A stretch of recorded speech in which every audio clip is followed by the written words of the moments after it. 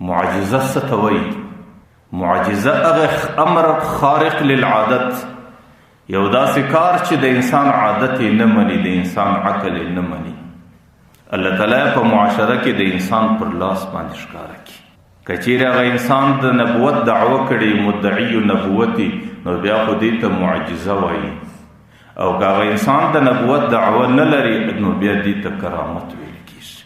او زموږ دا عقیده ده چې د پیغمبرانو معجزې برحق دي او د الله د نیکو دوستانو کرامتونه برحق دي. ځکه معجزات دا د نبی د تصدیق لپاره یو شی الله تعالی پیښوي. بلکې د پیغمبر علیه السلام زندگی که سړی وګوري، هغه ټوله د قسمه قسم معجزاتو، د پیغمبر هر عمل، د پیغمبر هر وینا، د پیغمبر هر قول دا یو قسم معجزه و چې هغه د انسانیت دپاره هدایت او انسانانو د هغې مثل نسو پیښولی. پیغمبر علیه السلام ته الله تعالی داسې مناقب او خصوصیات ورکړي وو چې ټوله آسماني کتابونه چې د ده څه مخکې راغلي وو پر انبیاو، هغې ټول د پیغمبر علیه السلام د مناقبو د خصوصیاتو سره ډک.